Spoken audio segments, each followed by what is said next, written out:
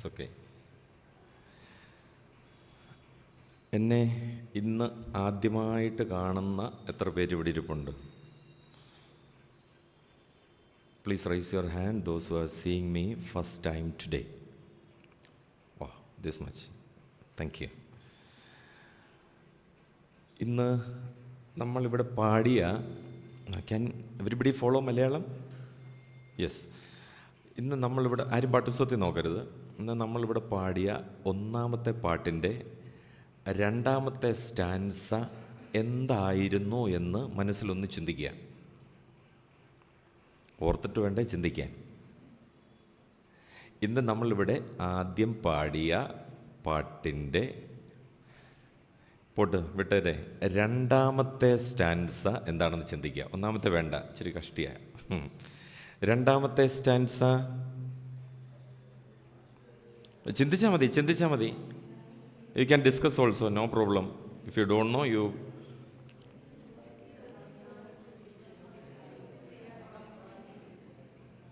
Everybody got? പോളി anti?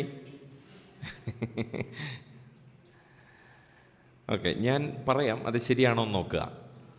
കഷ്ടതയുടെ കയ്പുനീരിൻ പാനപാത്രം അങ്ങൻ കരങ്ങളിൽ തന്നാൽ ചോദ്യം ചെയ്യാതെ വാങ്ങി പാനം ചെയ്യുവാൻ തിരുകൃപ എനിക്ക് തന്നിടും. നമ്മളതെങ്ങനെ പാടിയേ?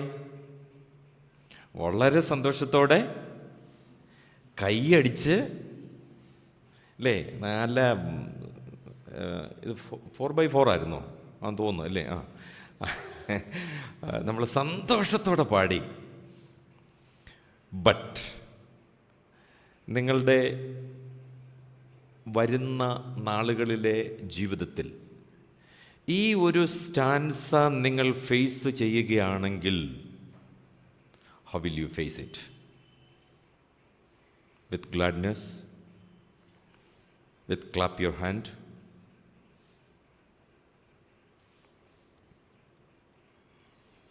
In 2007 ഞാൻ ബൈബിൾ സ്കൂളിലൊക്കെ പഠിച്ച് ഡിഗ്രികളും PhD ഒക്കെ കരസ്ഥമാക്കി കർത്താവിൻ്റെ വേലയിൽ അങ്ങോട്ട് ഫയറി പ്രീച്ചറായിട്ട് ഇങ്ങോട്ട് പോകുമ്പോൾ എൻ്റെ ബ്രെയിനൊരു സീഷർ വന്നു വീണു.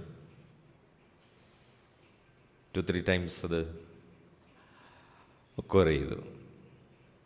ഞാൻ നബി ബ്രദറിനോട് പറയായിരുന്നു, ഞാൻ കഴിച്ച മെഡിസിൻ ഇന്ന് 1200 mg വെച്ച് ഡെയിലി മോർണിംഗ് ആൻഡ് ഈവനിങ് ഞാൻ കഴിച്ചുകൊണ്ടിരിക്കുകയാണ്. മൊത്തം കൂടെ കാൽക്കുലേറ്റ് ചെയ്തപ്പോൾ ഏതാണ്ട് 7.5 കിലോ മെഡിസിൻ ഇന്ന് വരെ ഞാൻ കഴിച്ചു തീർത്തു എൻ്റെ ബ്രെയിനിന് വേണ്ടി.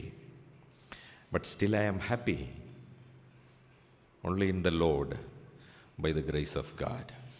അപ്പോൾ ഇന്നും നാളെയും ദൈവം അനുവദിച്ചാൽ നമ്മൾ ചിന്തിക്കാൻ പോകുന്ന ഇതാണ്. CJ Roy, you know who is that? CJ Roy അറിയാമോ? Who is that? കോൺഫിഡൻസ് ഗ്രൂപ്പിൻ്റെ CEO. What happen to him?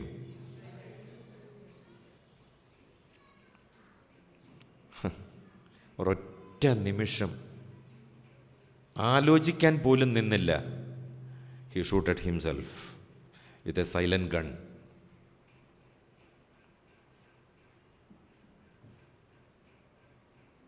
ഏറ്റവും താഴേക്കിടയിൽ നിന്ന് കുതിച്ചുയർന്ന ഒരു മനുഷ്യൻ, ഒരു മനുഷ്യന് ചെന്ന് പറ്റാവുന്നതിൻ്റെ പരമാവധി അദ്ദേഹം കെട്ടിപ്പടുത്തു. അദ്ദേഹത്തിൻ്റെ സ്വപ്നങ്ങളെല്ലാം അദ്ദേഹം സാക്ഷാത്കരിച്ചു. ഒരാൾ ചോദിച്ചു, താങ്കൾ യാത്ര ചെയ്യുന്ന പ്ലെയിൻ ക്രാഷ് ചെയ്താൽ എന്തായിരിക്കും താങ്കളുടെ മനോഭാവം? എനിക്ക് ഒരു പേടിയില്ലെന്ന് പറഞ്ഞാൽ അത്രമാത്രം കോൺഫിഡൻസ് അദ്ദേഹത്തിനുണ്ടായിരുന്നു. അതുകൊണ്ടാണ് കോൺഫിഡൻറ്റ് ഗ്രൂപ്പ് എന്ന് അദ്ദേഹത്തിൻ്റെ ആ ഒരു ബിസിനസ് സമുച്ചയത്തിന് പേരിടാൻ കാരണം. പക്ഷേ അദ്ദേഹത്തിനൊരു കുറവുണ്ടായിരുന്നു. What is that? എല്ലാം കൂടെ നമ്മളൊന്ന് ആകത്തുക എടുത്താൽ ജീവിതത്തിൽ വന്ന പ്രതിസന്ധിയെ ഒന്ന് തരണം ചെയ്യാൻ, ഒന്നുകൂടെ ചിന്തിക്കാൻ അദ്ദേഹത്തിന് പറ്റിയില്ല. നമ്മുടെ സ്വപ്നങ്ങൾ സാക്ഷാത്കരിക്കുന്നതിന് വേണ്ടിയാണ് പ്രിയ കുഞ്ഞുങ്ങളെ നിങ്ങൾ പഠിക്കുന്നത്. നിങ്ങൾ അത്രയ്ക്ക് പൊരുതുന്നത് നമ്മുടെ സ്വപ്നങ്ങൾ സാക്ഷാത്കരിക്കുന്നതിന് വേണ്ടി, ജീവിക്കുന്നതിന് വേണ്ടി, നല്ലൊരു ഭാവി കെട്ടിപ്പടുക്കുന്നതിന് വേണ്ടിയാണ്. പക്ഷേ ഒപ്പം നിങ്ങളുടെ മനസ്സിനോട് ഒരു കരുത്ത് കൊടുക്കണം. ഇനി നമ്മളത് ആത്മീകതയിലേക്ക് നമ്മൾ വരാനായിട്ട് പോവുകയാണ്. ഓക്കെ, ഇതിൻ്റെ റിയാലിറ്റിയിലേക്ക് വരാനായിട്ട് പോവുകയാണ്. നമുക്കിപ്പോൾ അതൊന്നും ചിന്തിക്കേണ്ടതായിട്ടില്ല. അതിൻ്റെ റിയാലിറ്റിയിലേക്ക് നമ്മൾ വരുന്നു. ദൈവം അനുവദിച്ചാൽ ഇന്നും നാളെയുമായിട്ട് നമ്മൾ ഈ ഒരു കാര്യത്തിലേക്ക് നമ്മളൊന്ന് വിരൽ ചൂണ്ടാനായിട്ട് പോവുകയാണ്. വളരെ സോഫ്റ്റായിട്ട് നിങ്ങളോട് ഞാനിന്ന് സംസാരിക്കാനായിട്ട് ആഗ്രഹിക്കുകയാണ്. ഒത്തിരി കഠിനമായിട്ടോ വലിയൊരു കൺവെൻഷൻ പ്രീച്ചിങ്ങോ ഇവിടെ ആവശ്യമില്ല. അതുകൊണ്ട് കർത്താവ് നമുക്ക് കൃപ നൽകട്ടെ. നമുക്കൊരു വാക്യം വായിക്കാം. ഹീബ്രൂസ് ചാപ്റ്റർ 6, എബ്രായ ലേഖനം 6-ാം അധ്യായം. ഹീബ്രൂസ് ചാപ്റ്റർ 6, എബ്രായ ലേഖനം 6-ാം അധ്യായം, അതിൻ്റെ 2-ാമത്തെ വാക്യം നിങ്ങളൊന്ന് വായിക്കുക. എല്ലാവരും നിങ്ങളായിട്ട് തന്നെ വായിച്ചാൽ മതി, ഉറക്കെ വായിക്കണ്ട. എബ്രായ ലേഖനം 6-ാം അധ്യായം 2-ാമത്തെ വാക്യം.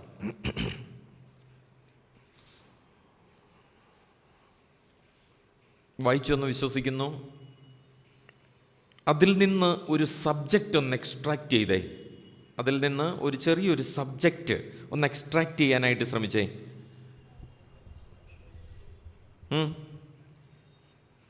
എന്നിട്ട് അത് നിങ്ങളുടെ ഇന്ന് എഴുതുന്ന നോട്ട്സിനൊരു തലക്കെട്ടായിട്ട് എഴുതിക്കേ.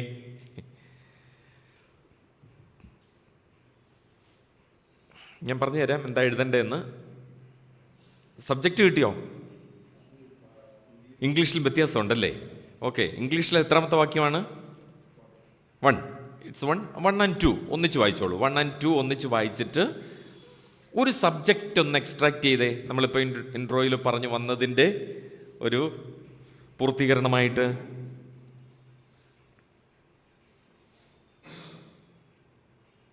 മലയാളത്തിൽ ഞാൻ പറയാം, പരിജ്ഞാനപൂർത്തി പ്രാപിക്കുക. പരിജ്ഞാനപൂർത്തി പ്രാപിക്കുക, മലയാളത്തിൽ എഴുതുന്നവർക്ക്. ഇനിയും ഇംഗ്ലീഷിൽ എഴുതുന്നവർക്ക് വേണ്ടി നിങ്ങൾക്കൊക്കെ വിവിധ ട്രാൻസ്ലേഷനുകളായിരിക്കും നിങ്ങളുടെ കരങ്ങളിലിരിക്കുന്നത്. NIV ഉപയോഗിക്കുന്ന എത്ര പേരുണ്ട്? KJV, old KJV, old KJV, old king James version, new king James version. വാ, വെരി ഗുഡ്. ഈ 2 സ്റ്റേറ്റ്മെൻറ്റ് നിങ്ങളുടെ ബൈബിളിലുണ്ടോ എന്ന് നോക്കുക. Let us go on to perfection ഉണ്ടോ? ഉണ്ടല്ലേ? എഴുതിക്കോ, തലക്കെട്ടായിട്ട് ഹെഡിങ് ആയിട്ട് എഴുതിക്കോ. Let's go on to perfection. മലയാളത്തിൽ അത് എന്താണ്? പരിജ്ഞാനപൂർത്തി പ്രാപിക്കാൻ ശ്രമിക്കുക. പരിജ്ഞാനപൂർത്തി പ്രാപിക്കാൻ ശ്രമിക്കുക. പക്ഷേ അതിൻ്റെ ഒരു എൻറ്റയർലി ഡിഫറൻ്റ് ആണ് ഇംഗ്ലീഷിലല്ലേ? Let us go on to perfection. Let us go on to perfection.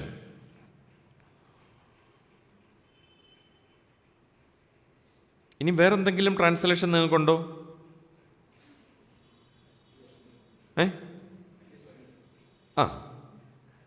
Let us go on to maturity. പക്വത. അപ്പോൾ നോക്കിയാൽ 3 മീനിങ് അതിൽ നിന്ന് തന്നെ നമുക്ക് കിട്ടി. ഇനി എനിക്ക് തോന്നുന്നു വേറെ ട്രാൻസ്ലേഷൻ ഒന്നും നിങ്ങളുടെ കാര്യങ്ങളിൽ കാണത്തില്ലെന്ന് തോന്നുന്നു. ഇനി അതിലുണ്ടോ? എന്താ അതിൽ എഴുതിയേക്കുന്നത്? മെച്യൂരിറ്റി.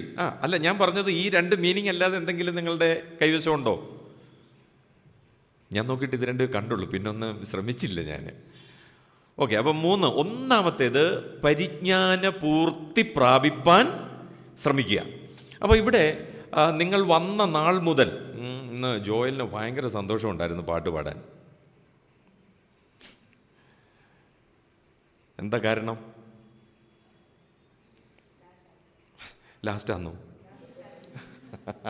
യെസ് അല്ലേ? വന്ന അത്ര സന്തോഷമായിരുന്നോ? കുറഞ്ഞോ കൂടിയോ? കൂടിയല്ലേ?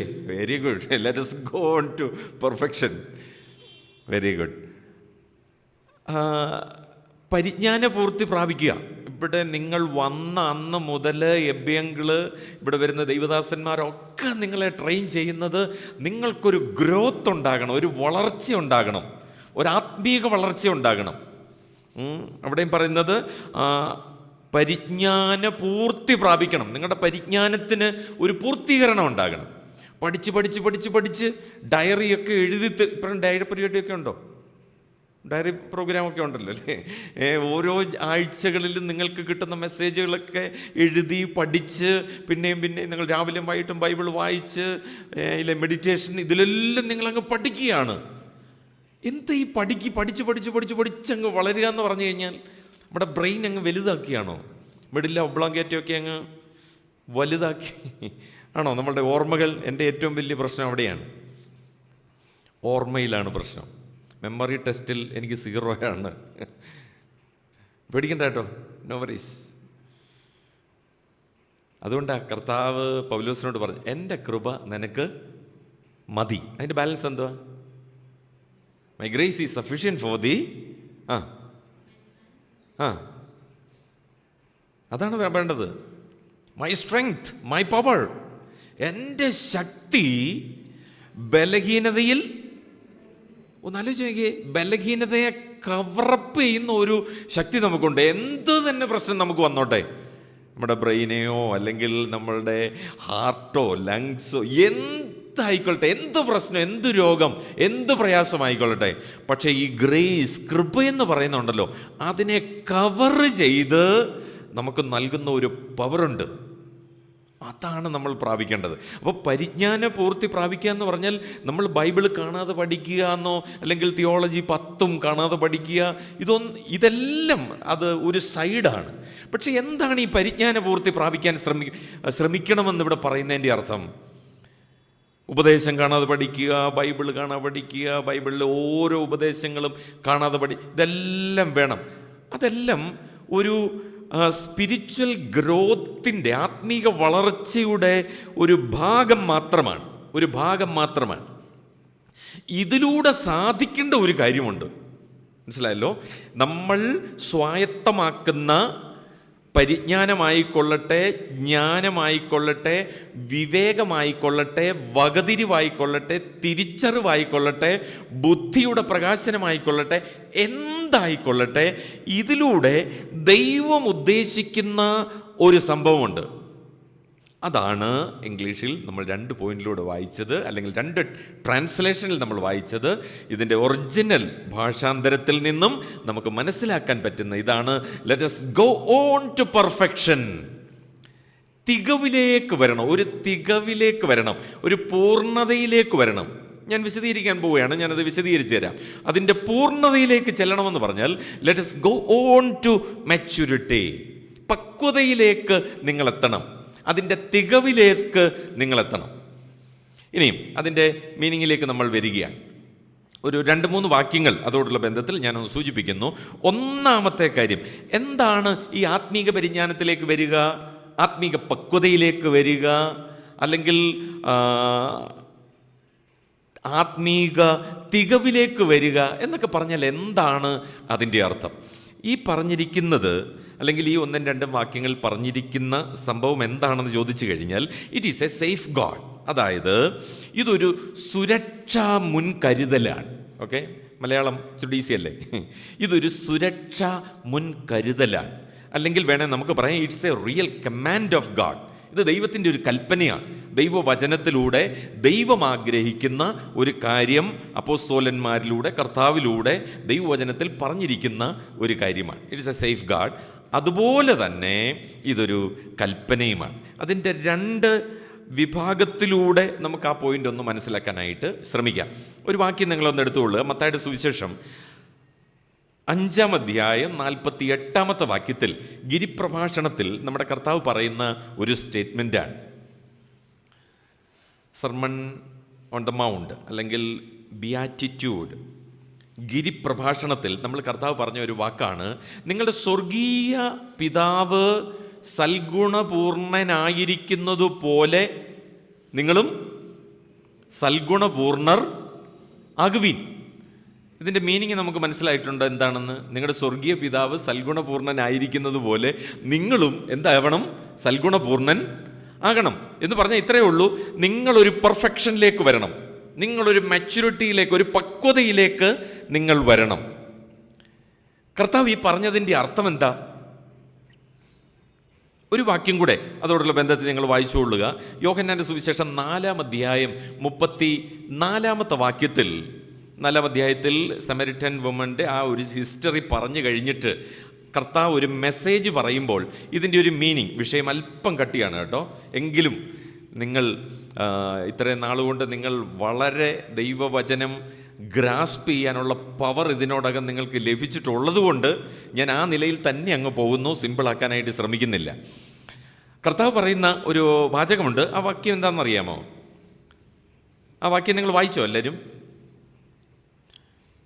എനിക്കൊരാഹാരമുണ്ട്, എനിക്കൊരാഗ്രഹമുണ്ട്, എനിക്കൊരു ജോലിയുണ്ട്. എന്താണ്? പിതാവ്, മലയാളത്തിലൊന്ന് പറഞ്ഞു. പിതാവ് എനിക്ക് തന്ന പ്രവൃത്തി തികയ്ക്കണം. പിതാവ് എനിക്ക് തന്ന ഒരു പ്രവൃത്തി, ഒരു ജോലി എനിക്ക് തികയ്ക്കണം. ആ തികച്ചതിൻ്റെ അന്ത്യത്തിൽ കർത്താവ് ഒരു വാക്ക് പറഞ്ഞു, ടെറ്റലസ്തായി എന്ന് പറഞ്ഞാൽ നിവൃത്തിയായി എന്ന് പറഞ്ഞാൽ അവിടുന്ന് എന്നെ ഏൽപ്പിച്ച ഉത്തരവാദിത്വം, പ്രവൃത്തി എൻ്റെ ജീവിതത്തിൽ ഞാൻ ആ പെർഫെക്ഷനിലേക്ക് ഞാൻ കൊണ്ടുവന്നു. അപ്പോൾ ദൈവം എന്നെക്കുറിച്ച് എന്ത് ആഗ്രഹിക്കുന്നോ, അപ്പം നമുക്ക് വേറൊരു പോയിന്റ് നമുക്കിങ്ങനെ എഴുതാം. ഇത് ഒരു സുരക്ഷാ മുൻകരുതൽ മാത്രമല്ല, ഇത് എന്നെക്കുറിച്ചുള്ള ദൈവത്തിൻ്റെ ഹിതമാണ്. It is a will of God. It's a will of God towards me. എന്നെക്കുറിച്ചുള്ള ദൈവത്തിൻ്റെ ഒരു ഹിതമാണ്. ഞാൻ പരിജ്ഞാനപൂർത്തി പ്രാപിക്കണം, അല്ലെങ്കിൽ പെർഫെക്ഷനിലേക്ക് എത്തണം, അല്ലെങ്കിൽ ഞാൻ പക്വതയിൽ എത്തിച്ചേരണം, പക്വതയുള്ളവരായിരിക്കണം എന്നുള്ളത് ദൈവം എന്നെക്കുറിച്ച് ആഗ്രഹിക്കുന്ന ഒരു കാര്യമാണ്. ഒരു വാക്യം കൂടെ അപ്പോസ്തലനായ പൗലോസ് പറഞ്ഞൊരു വാക്കാണ്. അപ്പോസ്തല പ്രവൃത്തികൾ 20-ാം അധ്യായം 24-ാമത്തെ വാക്യം. അപ്പോസ്തല പ്രവൃത്തികൾ, Acts of the Apostles chapter 20 verse 24, 20-24. അവിടെ പൗലോസ് പറയുന്നു, ദൈവകൃപയുടെ ഓട്ടവും, വായിച്ചോ, ഉറക്കെ വായിച്ചോ.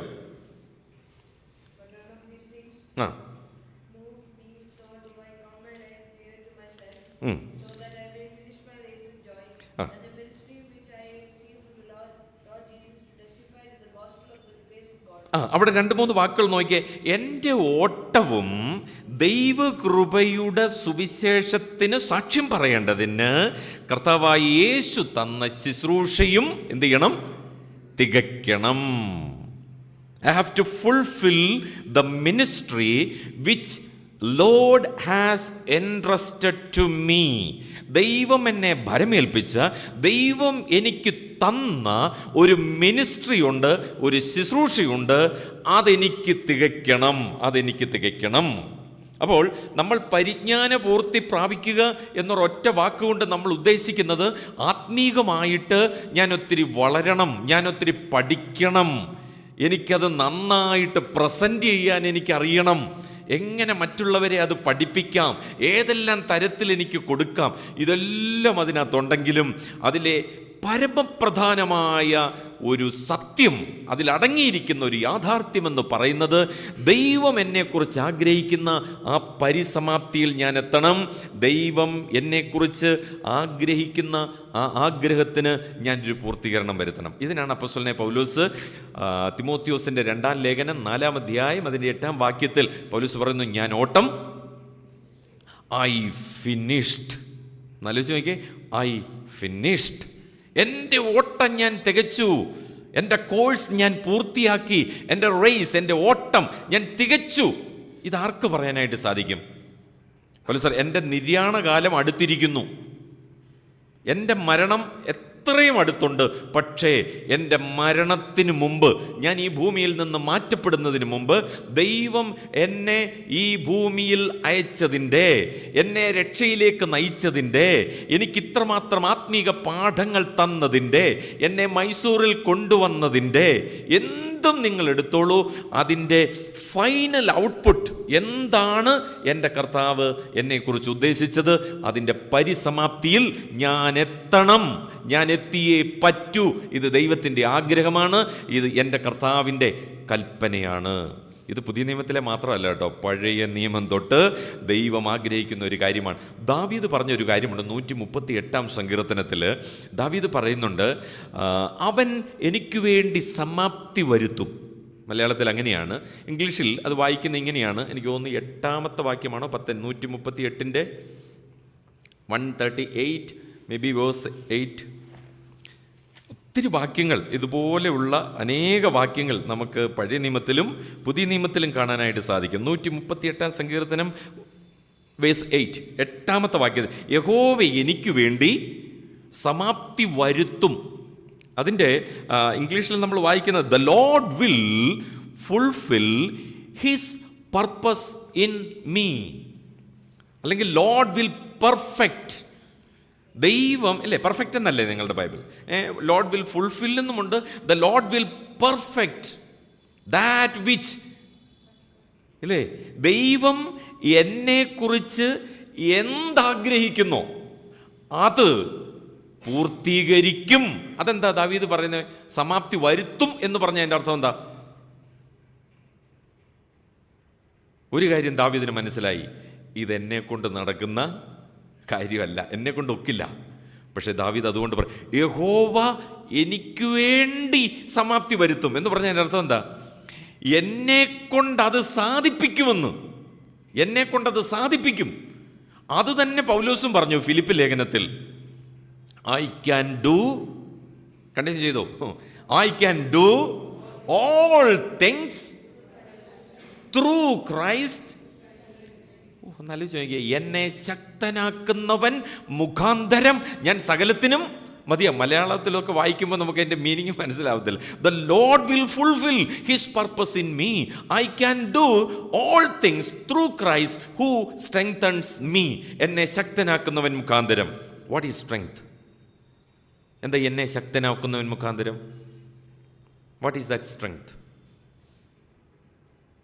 അയ്യോ, ഞാൻ നേരത്തെ പറഞ്ഞായിരുന്നു, my grace is sufficient for the my strength, semicolon, my strength, my grace is equal to my strength.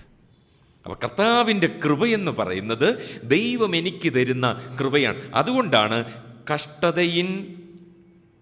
കഷ്ടതയുടെ കയ്പുനീരിൻ പാനപാത്രം കർത്താവിൻ്റെ കയ്യിൽ തന്നാൽ ചോദ്യം ചെയ്യാതെ അത് വാങ്ങി പാനം ചെയ്യുവാൻ തിരുകൃപ എനിക്ക് തരണേ, തിരുശക്തി എനിക്ക് തരണമേ. ഇതാണ് ഇതിനൊരു ഇൻട്രൊഡക്ഷൻ എനിക്ക് പറയാനായിട്ട് സാധിക്കുന്നത്.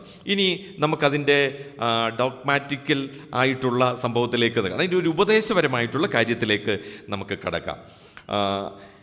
ഈ മെച്യൂരിറ്റിയിലേക്ക്, ഈ പക്വതയിലേക്ക്, പെർഫെക്ഷനിലേക്ക് നമുക്ക് വരാൻ സാധിക്കാതിരിക്കുന്ന അവസ്ഥയ്ക്ക് പറയുന്ന ഒരു പേരുണ്ട്, സ്പിരിച്വൽ ഡോർഫിസം. മനസ്സിലായല്ലോ?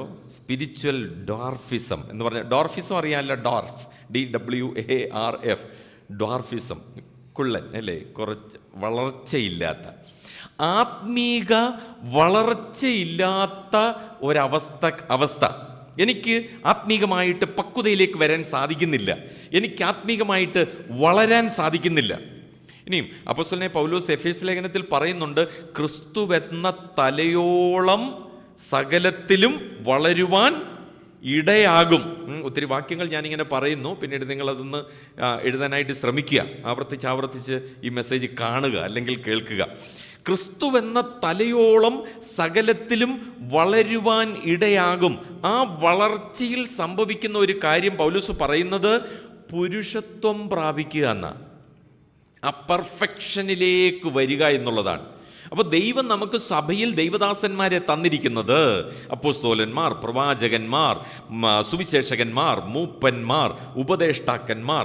അവർ ദൈവസഭയിൽ ചെയ്യുന്ന ആത്മീക ശുശ്രൂഷകളിലൂടെ ദൈവസഭ, വിശ്വാസികൾ, ദൈവമക്കൾ വളർച്ച പ്രാപിച്ച് അവരൊരു പെർഫെക്ഷനിലേക്ക് എത്തണം, അവരൊരു പുരുഷത്വം പ്രാപിക്കണം, തികഞ്ഞവരായി തീരണം. അപ്പോൾ നമ്മൾ ദൈവവചനം പഠിക്കുകയും പഠിപ്പിക്കുകയും ചെയ്യുന്നതിലൂടെ അവരുടെ മനസ്സിൽ എനിക്കും പഠിക്കണമെന്നുള്ള ആശയേക്കാൾ അതിൽ ഉൾക്കൊള്ളുന്ന സന്ദേശം എൻ്റെ ജീവിതത്തിൽ പ്രാവർത്തികമാക്കണം എന്നുള്ള ചിന്തയായിരിക്കണം നമുക്ക്. അപ്പോഴാണ് ദൈവനാമം മഹത്വപ്പെടുന്നത്. അതിനാ പറയുന്നത്, അക്ഷരം കൊല്ലുന്നു, ആത്മാവോ ജീവിപ്പിക്കുന്നു. മനസ്സിലായല്ലോ? അക്ഷരം എന്താ? അക്ഷരം that is A word of God. ന്യായപ്രമാണം, ദൈവത്തിൻ്റെ വചനം.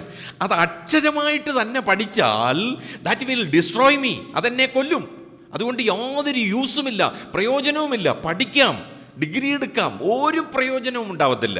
പക്ഷേ അക്ഷരം കൊല്ലുന്നു, ആത്മാവോ ജീവിപ്പിക്കുന്നു. അതായത് അക്ഷരത്തിലുള്ള ഒരാത്മാവുണ്ട്, വചനത്തിലുള്ള ഒരു ജീവനുണ്ട്.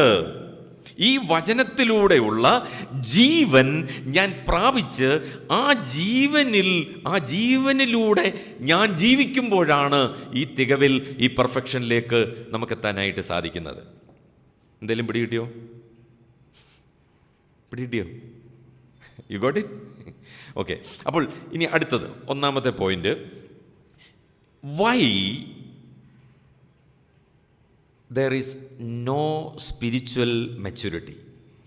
എന്തുകൊണ്ട് ആത്മീക പക്വതയിലേക്ക് വരാൻ ഒരു വ്യക്തിക്ക് സാധിക്കുന്നില്ല? ഒരാൾക്ക് ആത്മീക പക്വതയിലേക്ക് വരാൻ എന്തുകൊണ്ട് സാധിക്കുന്നില്ല എന്നുള്ളതാണ്. അതിൽ ഒന്നാമത്തെ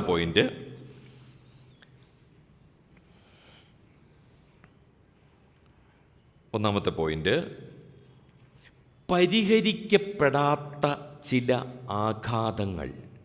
ഓക്കെ, മലയാളത്തിൽ പരിഹരിക്കപ്പെടാത്ത ചില ആഘാതങ്ങൾ. ഇംഗ്ലീഷിൽ പറയുകയാണെങ്കിൽ അൺറിസോൾവ്ഡ് ട്രോമ. സിമ്പിളാണ്, അൺറിസോൾവ്ഡ് ട്രോമ. അതായത് പരിഹരിക്കപ്പെടാത്ത ചില ആഘാതങ്ങൾ നമ്മളെ ഈ ഡ്വാർഫിസത്തിലേക്ക് നമ്മളെ നയിക്കും. അതായത് ആത്മീക പക്വതയിലേക്ക് വന്ന് നമുക്ക് ആ പ്രശ്നത്തിന് പരിഹാരം കണ്ടെത്തി ജീവിക്കാനായിട്ട് കഴിയാതെ വരുന്ന, അതാണ് റോയ്ക്ക് സംഭവിച്ചത്. ഇത് നമ്മളുടെ ആത്മീക ജീവിതത്തിൽ സംഭവിക്കാം.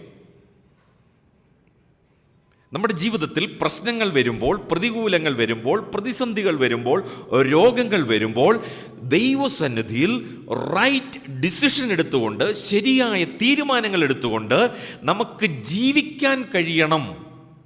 അവിടെയാണ് പക്വത വെളിപ്പെടുന്നത്, അവിടെയാണ് മെച്യൂരിറ്റി സ്ഥാനം പിടിക്കുന്നത്.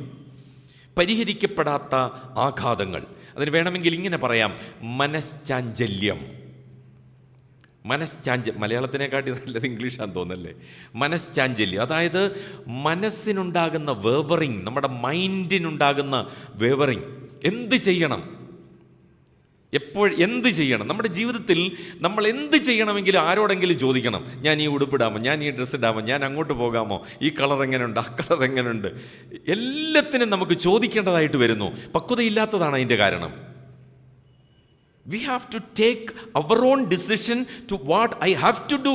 ഞാൻ എന്ത് ചെയ്യണമെന്നുള്ളത് എനിക്ക് തന്നെ തീരുമാനമെടുക്കാനുള്ള ഒരു ശേഷി ദൈവകൃപയിൽ ആശ്രയിച്ചുകൊണ്ട്. പലപ്പോഴും നമ്മൾ മറ്റുള്ളവരിൽ ആശ്രയിക്കുന്നത് അതുകൊണ്ടാണ്. അപ്പോൾ ഞാൻ പറഞ്ഞത് അൺറിസോൾവ്ഡ് ആയിട്ടുള്ള, അതായത് പരിഹരിക്കപ്പെടാത്ത നമ്മുടെ ജീവിതത്തിൽ, എൻ്റെ ജീവിതത്തിൽ ഞാൻ അറിഞ്ഞോ അറിയാതെയോ നമ്മുടെ ജീവിതത്തിൽ സംഭവിച്ചിരിക്കുന്ന റിസോൾവ് ചെയ്യാത്ത ചില ട്രോമകൾ നമ്മളെ ആത്മീക പക്വതയിലേക്ക് വളർത്താതിരിക്കാൻ സാധ്യതയുണ്ട്. അതുകൊണ്ട് നമ്മുടെ ജീവിതത്തിലെ എന്ത് പ്രശ്നത്തിനും ദൈവികമായിട്ട്, ആത്മീകമായിട്ട് പരിഹാരമുണ്ടാക്കുവാൻ നമുക്ക് തന്നെ കഴിയണം, ദൈവകൃപയിൽ ആശ്രയിച്ച്. രണ്ടാമത്തെ കാരണമെന്ന് പറയുന്നത് പേഴ്സണൽ പ്രോബ്ലംസ്. ആ പ്രോബ്ലംസ് ഞാൻ അങ്ങ് ലഘൂകരിച്ചെന്നുള്ളതേ ഉള്ളൂ, അല്ലെങ്കിൽ പേഴ്സണൽ സിൻസ്. വ്യക്തിപരമായിട്ടുള്ള പാപങ്ങൾ. അതിന് വേണമെങ്കിൽ ഒന്നുകൂടെ ഡീറ്റെയിൽ ആയിട്ട് പറഞ്ഞാൽ, വിട്ടുമാറാൻ പറ്റാത്ത ചില പാപങ്ങൾ, വിട്ടുമാറാൻ പറ്റാത്ത, എനിക്കത് വിടണമെന്ന് എനിക്ക് ആഗ്രഹമുണ്ട്, പക്ഷെങ്കിൽ മറ്റാരും അറിയുന്നില്ല. ഒരു വ്യക്തിക്കും അറിയാം, എൻ്റെ പപ്പായ്ക്കോ മമ്മിക്കോ സിസ്റ്റേഴ്സിനോ ബ്രദേഴ്സിനോ ഫ്രണ്ട്സിനോ സഭയിലുള്ള ആർക്ക് ഒരു മനുഷ്യർക്കും അറിയത്തില്ലായിരിക്കും. പക്ഷെ എനിക്കത് വിട്ടുമാറാനായിട്ട് പറ്റത്തില്ല, എനിക്കത് വിട്ടുമാറാൻ പറ്റത്തില്ല. കഴിഞ്ഞ ദിവസം എനിക്ക് തോന്നുന്നു കോളേജിൽ പഠിക്കുന്ന ഒരു പെൺകുട്ടി അവൾ സൂയിസൈഡ് ചെയ്തു. അപ്പോൾ അതിൻ്റെ കാരണം ഇതാണ്, അവളെ സ്നേഹിക്കുന്ന ഒരു ലവറുണ്ട്, അവളുടെ ഒരു ലവർ. വളരെ ലളിതമാണ്. അവളെങ്ങും നോക്കാനായിട്ട് പാടില്ല, ആരെയും നോക്കാനായിട്ട് പാടില്ല, ആരോടും മിണ്ടാൻ പാടില്ല, അവിടെ പോകാൻ പാടില്ല, ഇവിടെ പോകാൻ പാടില്ല, ഭയങ്കര റെസ്ട്രിക്ഷനാണ്.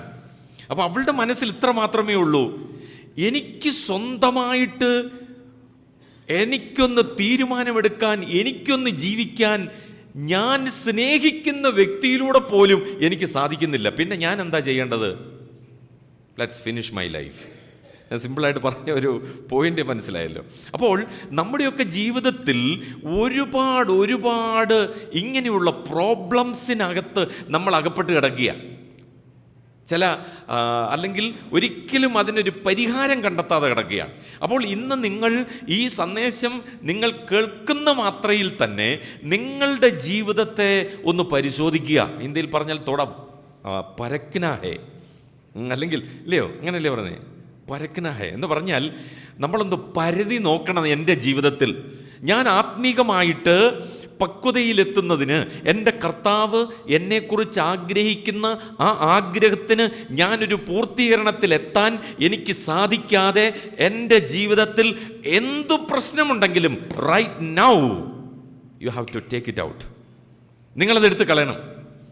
എടുത്ത് കളയാതെ നിങ്ങൾക്ക് ആത്മീകമായിട്ടുള്ള പക്വതയിലേക്കോ ദൈവം നിങ്ങളെക്കുറിച്ച് ആഗ്രഹിക്കുന്ന അതിലേക്കോ നിങ്ങൾക്ക് വരാനായിട്ട് പറ്റത്തില്ല. ഒരുപക്ഷെങ്കിൽ നമ്മൾ ബാലസംഘത്തിൽ ഒരുപാട് വാക്യങ്ങൾ കാണാതെ പഠിച്ചിട്ടുണ്ടായിരിക്കാം. ബൈബിൾ നന്നായിട്ട് നിങ്ങൾക്കറിയാമായിരിക്കാം. നന്നായിട്ട് ദൈവവചനം പ്രസംഗിക്കാൻ നിങ്ങൾക്കറിയാമായിരിക്കാം. എനിക്കറിയാം, ഒരു അസംബ്ലിയിൽ നല്ല രീതിയിൽ ആത്മീകമായിട്ട് വളർന്നു വന്ന ഒരു ചെറുപ്പക്കാരൻ. കഴിഞ്ഞ ഒരു ദിവസം എനിക്ക് ആ വ്യക്തിയുടെ ഫൈനൽ ലൈഫൊന്നും എനിക്കറിയത്തില്ല. നന്നായിട്ട് അറിയാവുന്ന ഒരാളോട് ഞാൻ ചോദിച്ചു, ആ മകൻ എന്തു പറ്റി? മറുപടി ഇത്രയേ ഉള്ളൂ, അദ്ദേഹം BJPയിൽ ചേർന്നു. He took the membership in BJP. See? നമുക്ക് പോകാം. നമ്മൾ എത്ര ആത്മീകരാന്ന് പറഞ്ഞാലും നിങ്ങൾ ട്രഡീഷണലി, നിങ്ങളുടെ പേരൻസ് ട്രഡീഷണലി അവർ ബിലീവേഴ്സ് ആണെങ്കിലും ഏത് നിമിഷം വേണമെങ്കിലും നിങ്ങൾക്ക് തെറ്റിപ്പോകാനായിട്ടുള്ള സാധ്യതയുണ്ട്. നിങ്ങളൊരു ചോദ്യം ചോദിക്കും, എൻ്റെ ഉള്ളിൽ ആത്മാവുണ്ട്, ദൈവം എൻ്റെ കൂടെയുണ്ട്, ക്യോം പരമേശ്വർ രോക്തേ നഹീ. അതെന്തുകൊണ്ട് ദൈവം തടസ്സപ്പെടുത്തുന്നില്ല? ദൈവാത്മാവ് തടസ്സപ്പെടുത്തുന്നു? Never. That is up to you. എബ്രായ ലേഖനം അവിടെയാണ് ഇമ്പോർട്ടൻസ്. എബ്രായ ലേഖനം ആരെങ്കിലും പഠിപ്പിച്ചിട്ടുണ്ടോ? ഇല്ല. റൈറ്റ് നൗ തുടങ്ങിക്കോ. ഒരു ഇൻട്രൊഡക്ഷൻ തന്നേക്കാം. എബ്രായ ലേഖനം വളരെ നന്നായിട്ട് പഠിപ്പിക്കുന്ന അനേക ദൈവദാസന്മാർ നമ്മളുടെ ഇടയിലുണ്ട്. വിളിക്കണം, പഠിപ്പിക്കണം. എബ്രായ ലേഖനത്തിൽ ഒരുപാട് സുരക്ഷാ മുൻകരുതലുകൾ നമുക്ക് തരുന്നുണ്ട്. എന്താ കാരണം? യഹൂദ ക്രിസ്ത്യാനികൾ പലസ്തീൻ്റെ കിഴക്ക് ഭാഗത്ത് സ്ഥിതി ചെയ്യുന്ന ഒരു പ്രദേശത്ത് ഉണ്ടായിരുന്ന സ്ഥലത്ത്, അതായത് കൈസര്യ ഉൾപ്പെടെയുള്ള ഭാഗത്ത് ഉടലെടുത്ത ഫിലിപ്പോസ് സുവിശേഷം അറിയിച്ചുകൊണ്ട് നടന്ന സ്ഥലങ്ങളാണ് ഇവിടെയൊക്കെ. ആ വന്ന ക്രിസ്ത്യാനികൾ അവർ ദൈവത്തിൻ്റെ വചനം ധാരാളമായിട്ട് പഠിച്ച് ക്രിസ്തുവിനോട് ചേർന്ന് നിന്നിട്ട് അവർ വളരെ പെട്ടെന്ന് തന്നെ ക്രിസ്തുവിനെ വിട്ടു. യേശുക്രിസ്തുവിനെ വേണ്ട, ഞങ്ങൾക്ക് രക്ഷ വേണ്ട, പാരമ്പര്യത്തിലേക്ക് പോയി, പഴയ പടിയിലേക്ക് അവർ തിരിച്ചുപോയി. പ്രിയ കുഞ്ഞുങ്ങളെ, പ്രിയ സഹോദരന്മാരെ, ഞാൻ പറയട്ടെ, നിങ്ങൾ മൈസൂറിൽ 3, 4, 5, 10 എത്ര കൊല്ലം വേണമെങ്കിലും പഠിക്കാൻ നിങ്ങൾക്ക്, അല്ലെങ്കിൽ നിങ്ങൾ എവിടെ ചെന്നാലും ആത്മീകമായിട്ട് വളർച്ച പ്രാപിക്കാനായിട്ട് സാധിക്കും. പക്ഷേ ജീവിതത്തിൻ്റെ പരിപരുത്ത നിർണായകമായ ഘട്ടങ്ങളിൽ നമ്മൾ എടുക്കുന്ന ചില തീരുമാനങ്ങളുണ്ടല്ലോ, നമ്മൾ എത്തിപ്പെടുന്ന ചില സാഹചര്യങ്ങളുണ്ടല്ലോ, അവിടെ നിന്ന് കരകയറാൻ ഒരു പക്ഷെങ്കിൽ നിങ്ങളുടെ കൂടെ ആരും കാണത്തില്ല, നിങ്ങൾ മാത്രമേ കാണത്തുള്ളൂ. നിങ്ങളുടെ കൂടെ കർത്താവ് ഉണ്ടായിരിക്കും, കൃപയുണ്ടായിരിക്കാം. പക്ഷേ കൃപയെയും കർത്താവിനെയും മറികടന്ന് നിങ്ങൾക്ക് ചില തീരുമാനങ്ങൾ എടുക്കാൻ സാധിക്കുമെന്നേ. കാരണം നമ്മുടെ കർത്താവ് പറഞ്ഞു, പാതാള ഗോപുരങ്ങൾ അതിനെ പക്ഷേ പിശാചിൻ്റെ ചലഞ്ച് നൽകി, അന്ന് കർത്താവ് പറഞ്ഞ വാക്ക് പിശാച് ചലഞ്ചായിട്ട് ഏറ്റെടുത്തുകൊണ്ട് നമ്മൾ ഓരോരുത്തരോടും കേരളത്തിലല്ല, കേരളത്തിനകത്തും പുറത്തുമുള്ള ദൈവസഭയിൽ അകത്തൂടെയും പുറത്തൂടെയും പ്രവർത്തിക്കുന്നതിൻ്റെ കാരണം ആ ഒരൊറ്റ ചലഞ്ചാണ്. പിശാചിനോട് നമുക്കൊന്ന് പറയാം, പറ്റില്ലെന്നേ. പൗലോസ് പറഞ്ഞ വാക്കുണ്ടല്ലോ, റോമാലേഖനം 8-ാം അധ്യായത്തിൽ, ഉയരത്തിനോ ആഴത്തിനോ ഇപ്പോഴുള്ളതിനോ വരുവാനുള്ളതിനോ. നലോചിക്കേ, ഏതൊരു ദൂതന്മാർക്കോ അധികാരങ്ങൾക്കോ വാഴ്ചകൾക്കോ ഉയർച്ചകൾക്കോ താഴ്ചകൾക്കോ ഇപ്പോഴുള്ളതിനോ വരുവാനുള്ളതിനോ ഓരോ ശക്തിക്കും ക്രിസ്തുവേശുവിലുള്ള ദൈവ സ്നേഹത്തിൽ നിന്ന് എന്നെ വേർപിരിപ്പാൻ ആർക്കും കഴിയത്തില്ല എന്ന് ഞാൻ, അടുത്ത വാക്ക എനിക്ക് വേണ്ടേ, ഞാൻ ഉറച്ചിരിക്കുന്നു. ഷുവർ. അതാണ് ആത്മീക പക്വത എന്ന് പറയുന്നത്. ആ ഒരു ഉറപ്പ് നമ്മുടെ ജീവിതത്തിൽ ഉണ്ടാകണം. അവിടെയാണ് ആത്മീക വളർച്ചയുടെ, ആത്മീക പക്വതയുടെ യഥാർത്ഥമായിട്ടുള്ള ആ ഒരു ശക്തി ഉള്ളടക്കം ചെയ്തിരിക്കുന്നത്. നോക്കി, എബ്രായ ലേഖനത്തിൽ നിന്ന് ചില പദങ്ങൾ ഞാനൊന്ന് സൂചിപ്പിക്കാം, അതിനുശേഷം ഈ ഭാഗത്തേക്ക് നമുക്കൊന്ന് വരാം. എബ്രായ ലേഖനം 2-ാം അധ്യായം 1-ാം വാക്യം നോക്കിക്കുക. ഞാനൊന്ന് പറഞ്ഞ് മുന്നോട്ട് പോകാം, നിങ്ങൾ ഇംഗ്ലീഷിൽ തന്നെ നോക്കിക്കൊള്ളുക. Hebrews chapter 2 verse 1. അതുകൊണ്ട് നാം വല്ലപ്പോഴും ഒഴുകിപ്പോകാതിരിക്കേണ്ടതിന് കേട്ടത് അധികം ശ്രദ്ധയോടെ കരുതിക്കൊള്ളുക. Give heed, കരുതിക്കൊള്ളുക. ഇതൊരു വലിയ സുരക്ഷാ മുൻകരുതലാണ്. നിങ്ങൾ പഠിച്ച, നിങ്ങൾ കേട്ട, നിങ്ങൾ അറിഞ്ഞ ആ സത്യത്തിൽ നിങ്ങൾ കരുതിക്കൊള്ളണം. 3:1 നോക്കിയേ, ചാപ്റ്റർ 3 വേഴ്സ് 1. വാക്യങ്ങൾ വായിക്കുന്നില്ല, നിങ്ങൾ ശ്രദ്ധിച്ചു നോക്കണം. ക്രിസ്തുവിനെ നിങ്ങൾ ശ്രദ്ധിച്ചു നോക്കണം. ഇംഗ്ലീഷിൽ let us consider Jesus. Consider, ആ വാക്ക് അണ്ടർലൈൻ ചെയ്തോളൂ. കൺസിഡർ. 1-ാമത്തെ ടേക്ക് ഹീഡ്, 2 കൺസിഡർ. ഇനിയും 3-ാം അധ്യായത്തിൻ്റെ 6-ാം വാക്യവും 4-ാം അധ്യായത്തിൻ്റെ 14-ാം വാക്യത്തിലും അടുത്ത വാക്കുണ്ട്, മുറുകെ പിടിക്കണം. ഹോൾ ഫാസ്റ്റ്, മുറുകെ പിടിക്കണം. അതൊരു സുരക്ഷാ മുൻകരുതലാണ്. അവിടെയാണ് മെച്യൂരിറ്റിയുടെ പ്രാധാന്യം വരുന്നത്, പെർഫെക്ഷൻ്റെ പ്രാധാന്യം വരുന്നത്. 4-ാമത്തെ കാര്യം, 3-ാം അധ്യായത്തിൻ്റെ 7, 5, 4-7. ഹിയർ, കേൾക്കുക. ഇന്ന് നിങ്ങൾ അവൻ്റെ ശബ്ദം കേൾക്കുന്നുവെങ്കിൽ, ദാറ്റ് ഹിയർ മീൻസ് ഒബീഡിയൻസ്, അനുസരിക്കുക. ഒബേ, അനുസരിക്കണം. 3-ാം അധ്യായത്തിൻ്റെ 12-ാം വാക്യം, 3:12. അവിടെയും പറയുന്നത്, അവിശ്വാസമുള്ള ദുഷ്ടഹൃദയം നിങ്ങളിൽ ആർക്കും ഉണ്ടാകാതിരിപ്പാൻ നോക്കുവീൻ. Take heed. 1-ാമത്തേത് ഗീവ് ഹീഡാണ്, ഇവിടെ ടേക്ക് ഹീഡ്. നിങ്ങൾ നിങ്ങളെ തന്നെ ശ്രദ്ധിക്കണം, നോക്കണം, കൺസിഡർ ചെയ്യണം, നിങ്ങൾ പരിഗണിക്കണം. 3:13 എക്സോട്ട്, പ്രബോധിപ്പിക്കുക. ഇവിടെ അന്യോന്യം എന്നാണ് പറഞ്ഞിരിക്കുന്നത്. എന്നാൽ എഫേസ്യ ലേഖനം 5-ാം അധ്യായത്തിൽ അന്യോന്യം പ്രബോധിപ്പിക്കണമെന്നുള്ളത് നിങ്ങളെ തന്നെ പ്രബോധിപ്പിക്കണം. You exhort yourself. ആത്മീയ ഗീതങ്ങളാലും തമ്മിൽ പഠിപ്പിക്കണമെന്ന് പറഞ്ഞിരിക്കുന്നത് യു ടീച്ച് യുവർ സെൽഫ്. നീ നിന്നെ തന്നെ പഠിപ്പിക്കണം, നിന്നോട് തന്നെ സംസാരിക്കണം. അതുകൊണ്ട് ആ സങ്കീർത്തനങ്ങളിൽ ഓ മൈ സോൾ, അതാരാ? ഓ മൈ സോൾ, അത് ഇത് തന്നെയാ. ഓ മൈ സോൾ, എൻ മനമേ, നീ വീണ്ടും സ്വസ്ഥമായിരിക്കുക. നീ എന്തിനാ വിഷാദിച്ച് ഞരങ്ങുന്നത്? ഒരുപക്ഷെ ആരും നമ്മളോട് പറയാൻ കാണത്തില്ല, നമ്മൾ തന്നെ പറയണം. അതാണ് മെച്യൂർ പേഴ്സൺ. നമ്മളെ തന്നെ പഠിപ്പിക്കണം, നമ്മളെ ഉപദേശിക്കണം, നമ്മളെ കറക്റ്റ് ചെയ്യണം. എന്നെ തന്നെ ഞാൻ ശരിയായ പാതയിൽ, നീ ചെയ്യുന്ന തെറ്റാണെന്ന് നമ്മളോട് തന്നെ പറയണം. ഒരിക്കലും നാഥാൻ പ്രവാചകൻ ഒരുപക്ഷെങ്കിൽ നമ്മുടെ മുമ്പിൽ നിൽക്കാൻ കാണത്തില്ലായിരിക്കാം. ഞാൻ തിരിഞ്ഞ് എന്നോട് തന്നെ ഒരു നാഥാൻ പ്രവാചകനായി മാറണം. യു ആർ ഡൂയിങ് റോങ്, എന്നോട് തന്നെ പറയണം. അവിടെയാണ് ഒരു മെച്യൂർ പേഴ്സണായിട്ട് വരുന്നത്. അങ്ങനെ നിങ്ങൾ വളർന്നു വരണം. അപ്പോഴാണ് ദൈവം നിങ്ങളെക്കുറിച്ചുള്ള ഉദ്ദേശം പൂർത്തീകരണത്തിലേക്ക് എത്തുന്നത്. ഏറ്റവും ഒടുവിൽ 4:1 നോക്കിക്കേ.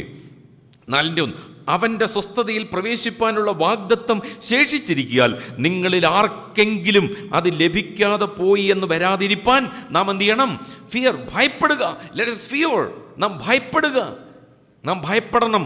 അതൊരു വലിയ സുരക്ഷാ മുൻകരുതലാണ്.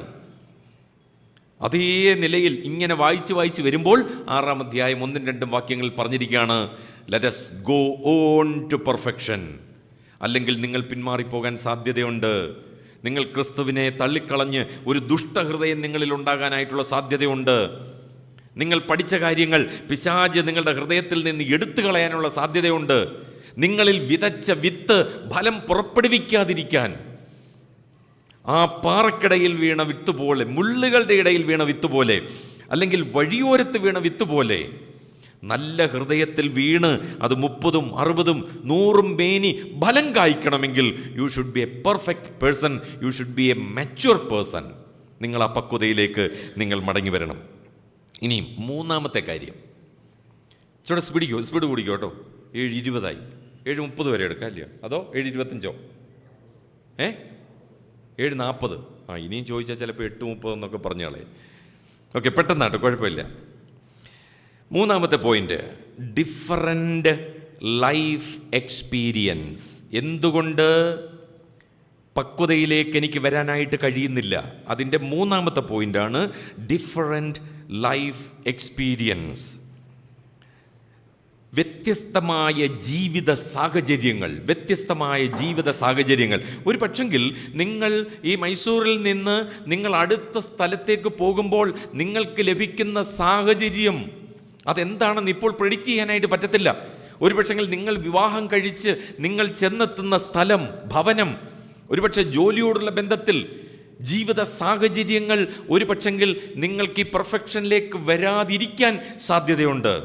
സോ നിങ്ങൾ തന്നെ ഡിസൈഡ് ചെയ്യണം, ഇതിൽ എങ്ങനെ എനിക്ക് മുന്നോട്ട് പോകാനായിട്ട് പറ്റും. എനിക്ക് കേരളത്തിലെ പല മാതാപിതാക്കളെ അറിയാം. ഞാൻ ഇവിടെ പഠിക്കുന്ന പലരോടുള്ള ബന്ധത്തിലും അവരുടെ മാതാപിതാക്കളോട് ഞാൻ ചോദിച്ച ഒരു ചോദ്യമുണ്ട്, why you send your daughter or son to Mysore?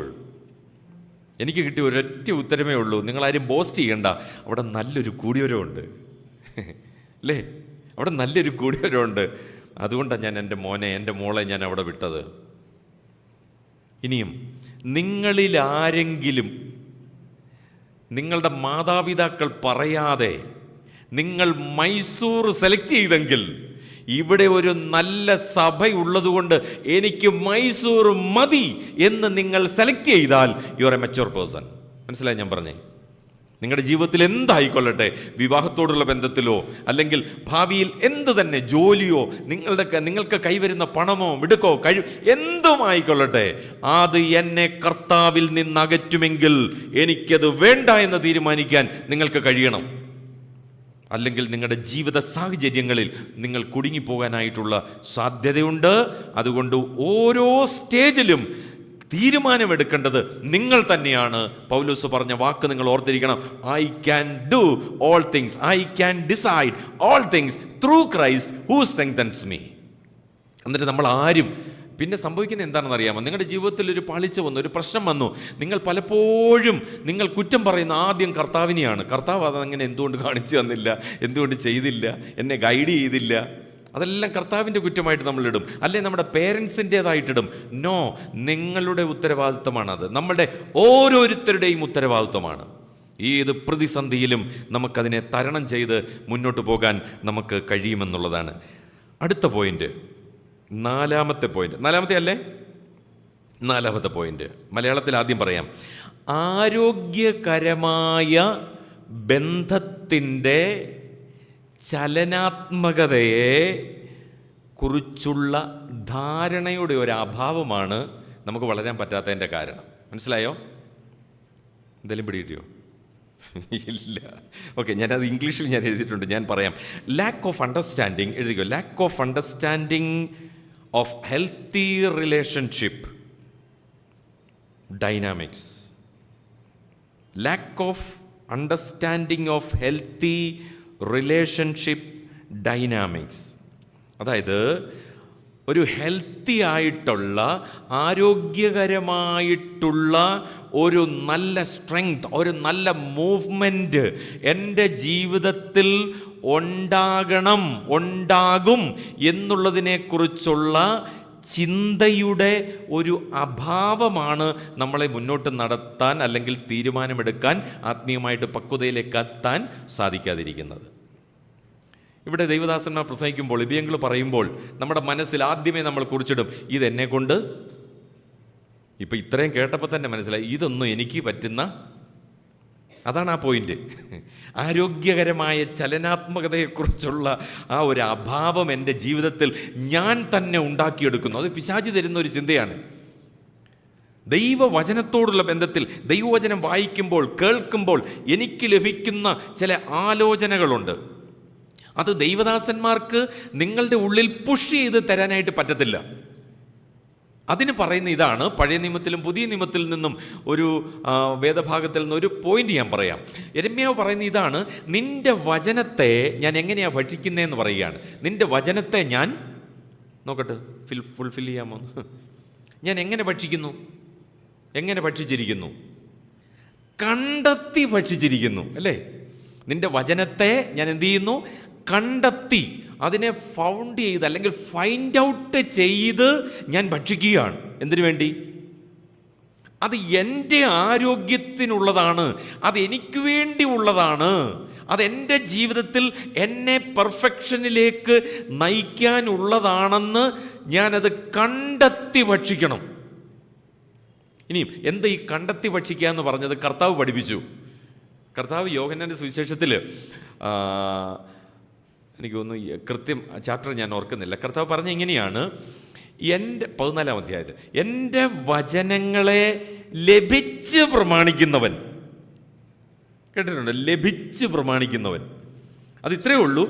ദൈവദാസന്മാർ ഇവിടെ നിന്ന് സംസാരിക്കുന്നു, ഞാൻ ഇവിടെ നിന്ന് സംസാരിക്കുന്നു.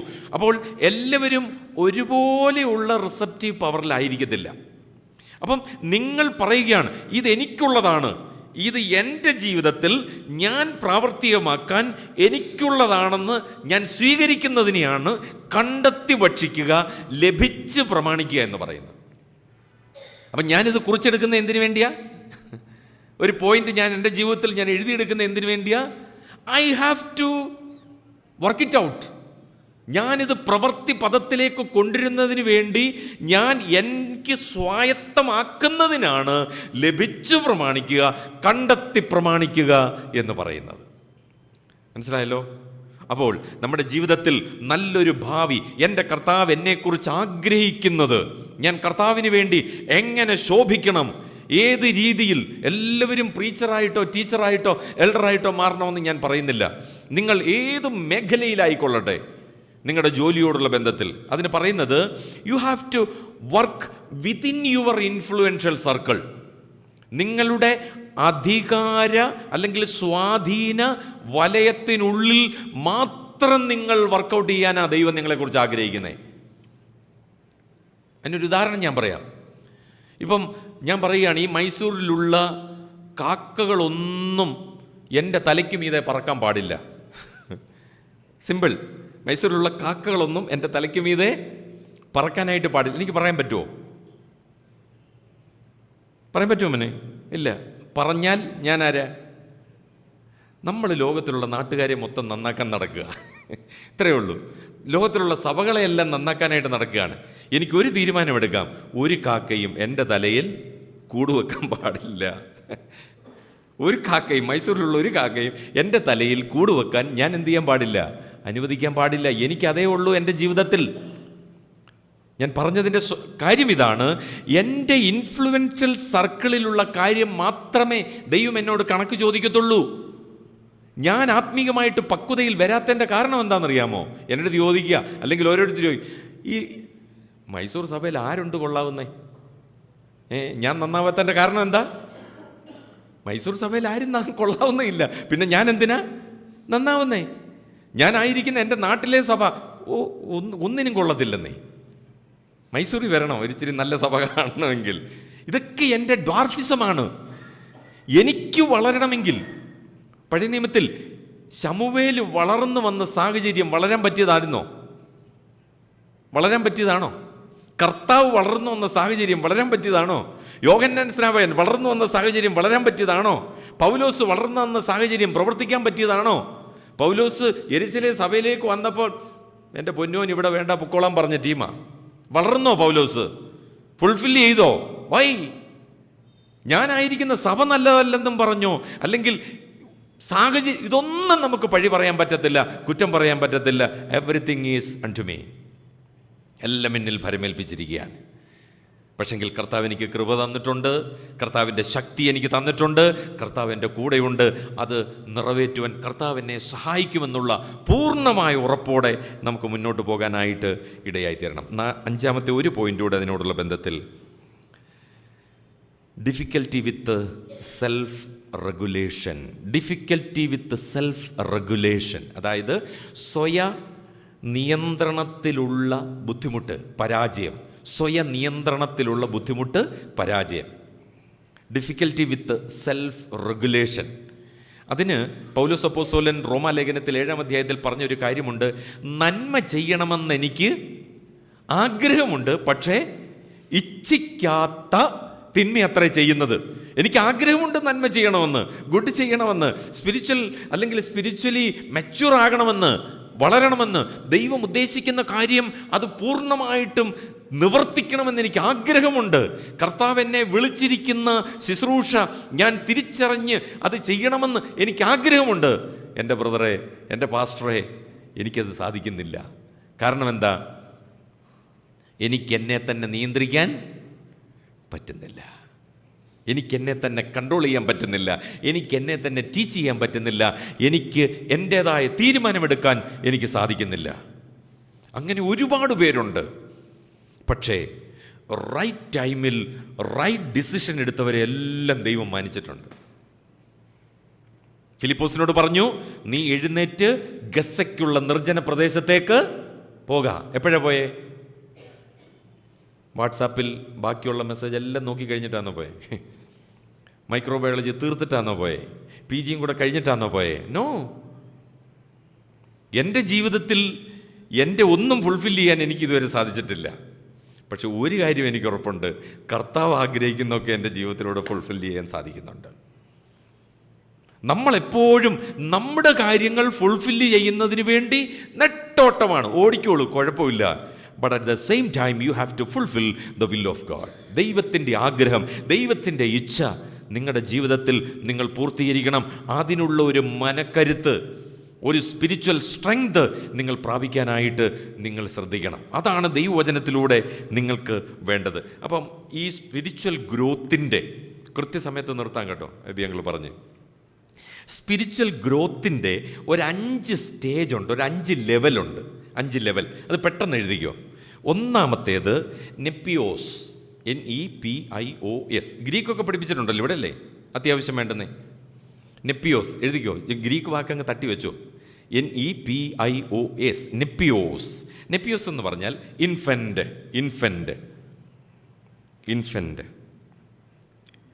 എന്ന് പറഞ്ഞാൽ കൊച്ചു കുഞ്ഞ്. ഇത് ആത്മീയ വളർച്ചയുടെ ഫസ്റ്റ് സ്റ്റേജാണ്. ഈ സ്റ്റേജിൽ ഒരുപാട് ഗുണങ്ങളുമുണ്ട്, ദോഷങ്ങളുമുണ്ട്.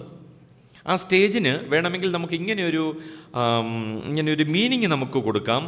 വൾണറബിലിറ്റി ടു ഡിസെപ്ഷൻ, അതായത് ചതിക്കപ്പെടാൻ സാധ്യതയുള്ള ഏറ്റവും ബെസ്റ്റ് പ്രായമാണിത്. ഇൻഫൻ്റ് എന്ന് പറയുന്നത് ഏറ്റവും ബെസ്റ്റ് പ്രായമാണ്. ഇപ്പോൾ ഒരു അമ്മയും അച്ഛനും കൂടെ ഉണ്ടെങ്കിൽ ഒരു കുഞ്ഞിന് അവന് ഇഷ്ടമുള്ള ഒരു കളിപ്പാട്ടം വേണ്ട, ആ മൊബൈലിൽ നിന്ന് ഐഫോൺ എടുത്തൊന്ന് കാണിച്ചാൽ മതി, അവൻ ആ അപ്പനും അമ്മയും വിട്ടിട്ടിങ്ങ് വരത്തില്ലേ? വരും. കുറഞ്ഞ വർഷം കൈയെങ്കിലും ഒന്ന് നീട്ടും. സ്പിരിച്വൽ ഇൻഫൻ്റ്, അതാണ് ഒന്നാമത്തെ ഘട്ടമെന്ന് പറയുന്നത്. രണ്ടാമത്തെ ഘട്ടമെന്ന് പറയുന്നത് പൈഡിയോൺ, PAIDON, പൈഡിയോൺ. ഗ്രീക്ക് വാക്കുകളിലാണ് അത് പറഞ്ഞിരിക്കുന്നത്. പൈഡിയോൺ ബൈബിളിൽ ഉപയോഗിച്ചിരിക്കുന്ന വാക്കുകളാണ് ഞാൻ ഈ പറയുന്നത്. പൈഡിയോൺ എന്ന് പറഞ്ഞാൽ ചൈൽഡ്, കുട്ടി. ലേണിംഗ്, അത് ആ പ്രായത്തിലാണ് നടക്കുന്നത്. ലേണിംഗ്. ഒബീഡിയൻസ്, അനുസരിക്കാൻ ആ പ്രായത്തിലാണ് നമ്മൾ പഠിക്കുന്നത്. അനുസരിക്കാൻ, അതിന് മുമ്പ് ഒട്ടുമില്ല അനുസരണം. ഇൻഫൻറ്റിൽ നിന്ന് ചൈൽഡിലേക്ക് വന്നാലേ നമുക്ക് അനുസരിപ്പിക്കാനായിട്ട് സാധിക്കത്തുള്ളൂ. കൊച്ചു കുഞ്ഞുങ്ങളെ, ഇൻഫൻറ്റിനെ നമ്മൾ കൈ കാണിച്ചു വിരട്ടത്തൊന്നുമില്ല. വിരട്ടുമോ? കണ്ണു മഴിപ്പിക്കുമോ? ഇൻഫൻറ്റിനോട് ഇല്ല, വിരട്ടിയിട്ടൊന്നും യാതൊരു കാര്യമില്ല. എന്നാൽ അത് ചൈൽഡിലേക്ക് വന്നു കഴിയുമ്പോൾ അതിനെ ഒബീഡിയൻസിലേക്ക് നയിക്കാനായിട്ട് സാധിക്കും. അപ്പോൾ ലേണിംഗ്, ഒബീഡിയൻസ്, സർവീസ്, ഡിസേൺമെൻറ്റ്, തിരിച്ചറിവ്, ഡിസേൺമെൻറ്റ്, സൗണ്ട് ഡോക്ട്രിൻ പഠിക്കണമെന്നുള്ള ഒരു ആഗ്രഹം, ഇതെല്ലാം ആ ചൈൽഡ്, ആ പൈഡിയോൺ കാലത്തിലേക്കാണ് വരുന്നത്. ഇതെല്ലാം ആത്മീക ശൈശവത്തിലേക്കാണ്. അതുകൊണ്ടാണ് പൗലോസ് പറയുന്നത് ആദ്യ വചനം വിട്ട് 6:1-2 വിട്ട് പരിജ്ഞാനപൂർത്തി പ്രാപിക്കാൻ. അപ്പം നമ്മളിപ്പോഴും ഇൻഫൻ്റ് ചൈൽഡ് സ്റ്റേജിലാണെങ്കിൽ അടുത്ത സ്റ്റേജിലേക്ക് വരണം. അടുത്ത സ്റ്റേജ് എന്ന് പറഞ്ഞാൽ ടെക്നോൺ, TEKNON, ടെക്നോൺ. ടെക്നോൺ ടെക്നോൺ എന്ന് പറഞ്ഞാൽ ടീനേജ് ആണ്. Teenage 13 to 19, teenage 13 to 19, teenage. അതിന് യങ് അഡൽട്ട്. അവിടെയാണ് നമുക്ക് 3 സ്റ്റേജിലേക്ക് നമുക്ക് പോകാനായിട്ട് സാധിക്കും ഈ പ്രായത്തിൽ തന്നെ. ഒന്ന്, ഡിസൈപ്പിൾഷിപ്പ് അവിടെ ആരംഭിക്കണം. ശിഷ്യത്വം അവിടെ ആരംഭിക്കണം. ഡിസൈപ്പിൾഷിപ്പ്. മെച്യൂരിറ്റി, ടീച്ചബിൾ, ഇതെല്ലാം ആ പ്രായത്തിൽ തുടങ്ങുന്നതാണ്. ദൈവകൃപയാൽ എൻ്റെ ജീവിതത്തിൽ ഡിസൈപ്പിൾഷിപ്പ് ആരംഭിച്ചത് 19 ഏജിലാണ്. ഞാൻ രക്ഷിക്കപ്പെടുന്നത് ആ വർഷം തന്നെയാണ്. ആ വർഷം തന്നെ കർത്താവിൻ്റെ വിളി എനിക്ക് തിരിച്ചറിയാൻ സാധിച്ചു. എനിക്ക് എത്രയും പെട്ടെന്ന് തന്നെ കമ്മിറ്റ്മെൻറ്റിലേക്ക് അത് നയിക്കാനായിട്ടും ഇടയായിത്തീരുന്നു. കൃപയാൽ കർത്താവ് ചെയ്തതാണ്. അപ്പം നമ്മുടെ ജീവിതത്തിൽ ഇതിനെല്ലാം ഓരോ സ്റ്റേജുണ്ട്. ഇതെല്ലാം ഏറ്റവും ഒടുവിൽ ചെയ്യാൻ വേണ്ടി നമ്മൾ ഇരിക്കരുത്. ഇതിങ്ങനെ സ്റ്റെപ്പ് ബൈ സ്റ്റെപ്പായിട്ട് പോകണം. അതിനാ പറയുന്നത് റോമാലേഖനം 8-ാം അധ്യായത്തിൽ ദൈവത്തിൻ്റെ ആത്മാവുള്ളവർ ആരാകുന്നു? ടെക്നോൺ ആകുന്നു. മനസ്സിലായോ? മക്കളെന്ന ബൈബിളിൽ പറഞ്ഞിരിക്കുന്നത്. ദൈവത്തിൻ്റെ ആത്മാവുള്ളവർ ടെക്നോൺ ആകുന്നു. അടുത്ത സ്റ്റേജ്, അടുത്ത ലെവല് ഹിയോസ്, HUIOS, ഹിയോസ്. അത് ഗ്രീക്ക് വാക്കാണ്. HUIOS. പണ്ടൊക്കെ ആയിരുന്നെങ്കിൽ ഈ പവർ പോയിൻ്റ് ഇല്ലാതെ ക്ലാസ് എടുക്കുന്ന പരിപാടി ഇല്ലായിരുന്നു. ഇപ്പോൾ പവറേ ഉള്ളൂ, പോയിൻ്റ് ഇല്ല. അല്ലെങ്കിൽ പവറില്ല, പോയിൻ്റേ ഉള്ളൂ. Anyway, okay, thank you. ഇതുണ്ടെങ്കിൽ ഇച്ചിരൂടെ നല്ലതായിരുന്നല്ലേ. സോറി. ഹിയോസ് എന്ന് പറഞ്ഞാൽ a mature baby, mature son, പക്വതയെത്തിയ ഒരു കുട്ടിക്കാണ് പറയുന്നത്. അല്ലെങ്കിൽ ഇങ്ങനെ പറയാം, റെസ്പോൺസിബിൾ. എന്നാലോചിച്ച റെസ്പോൺസിബിൾ. മോൻ്റെ പേര് ഞാൻ വിട്ടുപോയി. ആ മോനെന്തിനാ കുഞ്ഞിനെ എടുത്തോണ്ടിരിക്കുന്നത്? വേറെ ജോലിയൊന്നുമില്ല. വേണേ മമ്മിയെട്, നോട്ട്സ് ഒന്നും എഴുതണ്ട, ഞാൻ റെക്കോർഡ് ചെയ്ത് തരാം, വീട്ടിൽ ചെന്ന് കേട്ട് എഴുതിയാൽ മതി. എന്തുകൊണ്ടാണ് മോനത് പറയുന്നില്ല? ചേട്ടനായോണ്ട്, സ്വന്തം ഫാമിലി ആയതുകൊണ്ട്. വരട്ടെ ഇങ്ങോട്ട്, വരട്ടെ. അവൻ ഇത്രയും നേരം ഒന്ന് പിടിച്ചിരിക്കുമായിരുന്നു. He's a responsible family member. Okay, irresponsible അല്ല, റെസ്പോൺസിബിളാണ്. നമ്മൾ ഈ സ്ഥലം സഭയിലായിരിക്കുമ്പോൾ നിങ്ങളുടെ പ്രവൃത്തിയിലൂടെയാണ് നിങ്ങൾ ഹിയോസ് ആണോ, ടെക്നോൺ ആണോ, പൈഡിയോൺ ആണോ, ആദ്യത്തെ ഏതാ, നെപ്പിയോസ് ആണോ എന്ന് തീരുമാനിക്കുന്നത്. ഇനിയും പൗലോസ് പറഞ്ഞത് ദൈവത്തിൻ്റെ ആത്മാവ് നിങ്ങളിൽ ഉണ്ടെങ്കിൽ നിങ്ങൾ ടെക്നോൺ ആകുന്നു. അതിനുശേഷം പൗലോസ് പറഞ്ഞ വാക്ക് വളരെ ഇമ്പോർട്ടൻ്റാണ്. ദൈവാത്മാവ് നടത്തുന്നവർ ഏവരും ഹിയോസ് ആകുന്നു എന്ന്. മലയാളത്തിൽ വായിച്ച ഇതിൻ്റെ വ്യത്യാസമൊന്നും മനസ്സിലാവത്തില്ല. അപ്പം ദൈവാത്മാവ് നിങ്ങളെ നടത്തുന്നുണ്ടെങ്കിൽ, if you are walking according to the Spirit of God, you are hios. നിങ്ങൾ ഹിയോസാ, മച്വർ സണ്ണാ, പക്വതയുള്ള ഒരു കുട്ടിയാ. You are A responsible fellow. നമ്മൾ നോക്കിയാൽ മതി, സഭയിലൊക്കെ വന്ന് കൃത്യസമയം 10 മണിക്കാണ് തുടങ്ങുന്നെങ്കിൽ 9:59 കഴിഞ്ഞ് ആ സൂചി അങ്ങോട്ട് കയറുന്നുണ്ടെങ്കിൽ ചാടി കയറി വരും. കൈ കെട്ടി ഒരു ഇരിപ്പാണ്. പാട്ട് പാടാൻ പറഞ്ഞു, പാടിക്കോ, എല്ലാവരും പാടിക്കോ, ഞാൻ കേട്ടോളാം. കഴിഞ്ഞ് ഞാൻ അവസാനം പ്ലേറ്റ് ഇങ്ങോട്ട് വരും. അത് കഴിഞ്ഞ് എബിയങ്ങളെ ബൈ പോലും പറയാതെ ഒറ്റ പോക. ഏതിൽ വരും അല്ലേ? നിങ്ങൾ ഇവിടെ 3 വർഷം നിങ്ങൾ ആയിരിക്കുന്നു എങ്കിൽ യു ഡു യുവർ ഡ്യൂട്ടി. നിങ്ങൾ നിങ്ങളുടെ കുടുംബത്തിലായിരിക്കുമ്പോൾ മമ്മി ഓരോ ജോലി നിങ്ങളെ പറഞ്ഞേൽപ്പിക്കാൻ നിൽക്കരുത്. You have to find out what I should do, what are the duties. എൻ്റെ ഡ്യൂട്ടി എന്തൊക്കെയാണ്, എൻ്റെ ജോലി എന്തൊക്കെയാണ്. ഇനി ഒരു ജോലി പറഞ്ഞാൽ തന്നെ നമ്മളുടെ മറുപടി എന്താ? ചെയ്യാം. രണ്ടാമതൊന്നുകൂടെ പറഞ്ഞാലോ? ചെയ്യാന്നല്ലയോ പറഞ്ഞേ? മൂന്നാമതൊന്നുകൂടെ പറഞ്ഞാലോ? വേണ്ട മക്കളെ, പറയണ്ട, പറയാൻ ഇടവരുത്തരുത്. അതിനാണ് ഈ ബ്ലെയിംലെസ് എന്ന് പറയുന്നത്. മനസ്സിലായല്ലോ? കുറ്റമറ്റതായിരിക്കണം. അതായത് നമ്മളെടുത്ത് ഒരു ജോലി പറഞ്ഞ് ചെയ്യിക്കാനോ അല്ലെങ്കിൽ ചെയ്യാതിരുന്നിട്ട് പിന്നീടൊന്ന് പറയാനോ ഇട കൊടുക്കാത്ത ഒരു ജീവിതം ഉള്ളവരായിരിക്കണം നമ്മൾ. കുടുംബത്തെയൊക്കെ വിട്, സഭയൊക്കെ അങ്ങ് വിട്. കർത്താവിനോടുള്ള ബന്ധത്തിലൊന്ന് ചിന്തിച്ചേ. കർത്താവ് നമ്മളോട് സംസാരിക്കാറുണ്ടോ? ദൈവവചനത്തിലൂടെ എന്നോട് സംസാരിക്കുമ്പോൾ, കർത്താവ് നമ്മളെ വിളിക്കുമ്പോൾ നമ്മൾ എങ്ങനെ റെസ്പോൺസ് ചെയ്യുന്നു? റെസ്പോൺസ് ചെയ്തവരെ മാത്രമേ ദൈവം ഉപയോഗിച്ചിട്ടുള്ളൂ. അബ്രഹാമേ, മറുപടി എന്താ?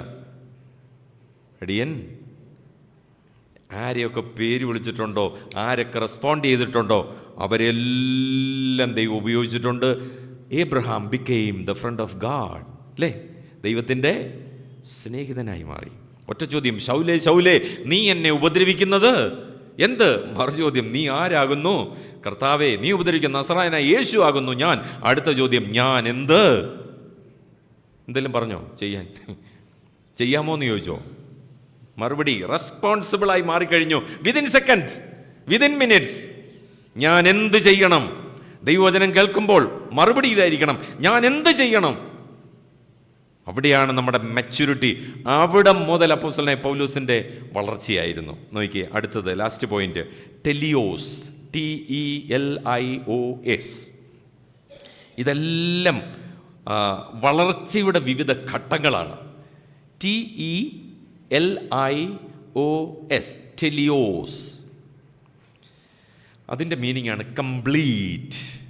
V are complete in him. നാം അവനിൽ പരിപൂർണരായിരിക്കുന്നു. അപ്പോൾ എബ്രായ ലേഖനം 6-ാം അധ്യായം 1-2 let us press on to maturity. അങ്ങനെ ഒരു ട്രാൻസ്ലേഷൻ ഉണ്ടോ? Let us press on to maturity. ഇന്ന് നമ്മൾ ഇംഗ്ലീഷ് വേർഡ് പാടിയപ്പം ലെറ്റ് us press on, അല്ലേ? എബവ്, അല്ലേ? ആ എബവ് ഇങ്ങോട്ട് മാറ്റിയിട്ട് let us press on to maturity. Let us press on to perfection. മച്യൂരിറ്റിയിലേക്ക്, തികവിലേക്ക്, പെർഫെക്ഷനിലേക്ക്, സമാപ്തിയിലേക്ക് ദൈവം എന്നെക്കുറിച്ച് എന്താഗ്രഹിക്കുന്നോ ആ പരിസമാപ്തിയിലേക്ക് വരാൻ ഇടയായിത്തീരണം. Complete, that means full growth, പൂർണ്ണ വളർച്ച എന്നാണ് അതിൻ്റെ അർത്ഥം. ഞാൻ നേരത്തെ പറഞ്ഞല്ലോ, നമുക്കൊരു ഇൻഫ്ലുവൻഷ്യൽ സർക്കിളുണ്ട് നമ്മുടെ ജീവിതത്തിൽ. ദൈവം നമുക്കൊരു സ്വാധീന വലയം തന്നിട്ടുണ്ട്. നിങ്ങൾക്കറിയാലോ, നയമാൻ്റെ വീട്ടിലെ ഒരു പെൺകുട്ടിയെക്കുറിച്ച് കേട്ടിട്ടുണ്ടല്ലോ, അല്ലേ? അവളുടെ ഇൻഫ്ലുവൻസ് സർക്കിൾ എന്താണ്? ഒരു കിച്ചനേ ഉള്ളൂ, കിച്ചൻ. അവളുടെ ഇൻഫ്ലുവൻസ്, ആ ഇൻഫ്ലുവൻഷ്യൽ സർക്കിളിൽ അവളുടെ ഉത്തരവാദിത്വം അവൾ നിറവേറ്റി. നമ്മുടെ യജമാനൻ ആ പ്രവാചകൻ്റെ അടുക്കൽ ഒന്ന് ചെന്നിരുന്നെങ്കിൽ, ആ സഹോദരി ഭർത്താവിൻ്റെ അടുക്കൽ ചെല്ലുന്നു. ഭർത്താവ് രാജാവാണ്. ആ രാജാവ് അടുത്ത രാജാവിൻ്റെ അടുക്കിലേക്ക് ചെല്ലുന്നു. അനുവാദം കിട്ടുന്നു. പ്രവാചകൻ്റെ അടുക്കലെത്തുന്നു. കുഷ്ഠം മാറുന്നു. ആ ദൈവത്തെക്കുറിച്ച് അവൾക്ക് പറയാൻ പറ്റി. നമ്മൾ പറയും, എനിക്ക് സുവിശേഷം പറയാൻ അവസരവും ഇല്ല, എനിക്ക് പറ്റുന്നുമില്ല. എന്താ കാര്യം? എൻ്റെ ഇൻഫ്ലുവൻഷ്യൽ സർക്കിളിൽ ദൈവം എനിക്ക് തന്നിരിക്കുന്ന സ്വാധീന വലയത്തിൽ, അതിനാ പറഞ്ഞത്, നിങ്ങൾ യെരൂശലേമിലും യഹൂദ്യയിലും ശമര്യയിലും ഭൂമിയുടെ അറ്റത്തോളം, അത് ദൈവമാണ് ഇൻഫ്ലുവൻഷ്യൽ സർക്കിൾ നമുക്ക് വലുതാക്കി തരുന്നത്. ആദ്യം എൻ്റെ ജീവിതത്തിൽ ഐ ഷുഡ് ബി, ഞാൻ എൻ്റെ ജീവിതത്തിൽ റെസ്പോൺസിബിൾ ആയിരിക്കണം. എൻ്റെ ജീവിതത്തോടുള്ള ബന്ധത്തിൽ ഉത്തരവാദിത്തങ്ങൾ ഒന്ന് ഏറ്റെടുക്കാൻ കർത്താവ് കൃപ നൽകട്ടെ. ദൈവം അനുവദിച്ചാൽ ബാക്കി കാര്യം കർത്താവ് അനുവദിക്കുന്ന പക്ഷം പിന്നീട് നമുക്ക് ചിന്തിക്കാം. ഈ വചനങ്ങളാൽ കർത്താവ് നമ്മളെ അനുഗ്രഹിക്കട്ടെ, സഹായിക്കട്ടെ. കർത്താവിൻ്റെ അതിപരിശുദ്ധമായ നാമം മഹത്വപ്പെടട്ടെ. നമുക്ക് ഒരു പ്രാവശ്യം കൂടെ കർത്താവിൻ്റെ വചനം കേൾക്കുവാൻ കർത്താവ് നമ്മെ സഹായിച്ചതോർത്ത് ദൈവത്തെ സ്തുതിക്കുകയും മഹത്വപ്പെടുത്തുകയും ചെയ്യാം. നാം അനേക ക്ലാസ്സുകൾ അറ്റൻഡ് ചെയ്യുവാനായിട്ട് കർത്താവ് നമ്മെ സഹായിച്ചു. അനേക ദൈവദാസന്മാരിൽ കൂടെ അനേക ദൂതുകൾ കേൾക്കുവാനായിട്ട് കർത്താവ് നമ്മെ സഹായിച്ചു. ആ കേൾക്കുന്നതിൻ്റെ ആ ഒരു റിസൾട്ട് എന്ന് പറയുന്നത് നമ്മൾ ആ മെച്യൂരിറ്റിയിലേക്ക് വരിക എന്നുള്ളതാണ്. അപ്പോൾ നമ്മുടെ ക്രിസ്തീയ ജീവിതത്തിൽ ആ ഒരു മെച്യൂരിറ്റി ലെവലിലേക്ക് നാം ഓരോരുത്തരും കടന്നു വരുവാനായിട്ട് ഈ വചനം നമ്മളെ സഹായിക്കട്ടെ. പ്രിയ കർത്താവിൻ്റെ ദാസനോടുള്ള നന്ദിയും സ്നേഹത്തെയും അറിയിക്കുന്നു. അതോടൊപ്പം തന്നെ പ്രിയ പോളച്ചൻ ബ്രദറിനും കുടുംബത്തിനും കടന്നു വരുവാനായിട്ട് കർത്താവ് സഹായിച്ചു. പ്രിയ കുടുംബത്തെയും കർത്താവ് അനുഗ്രഹിക്കട്ടെ.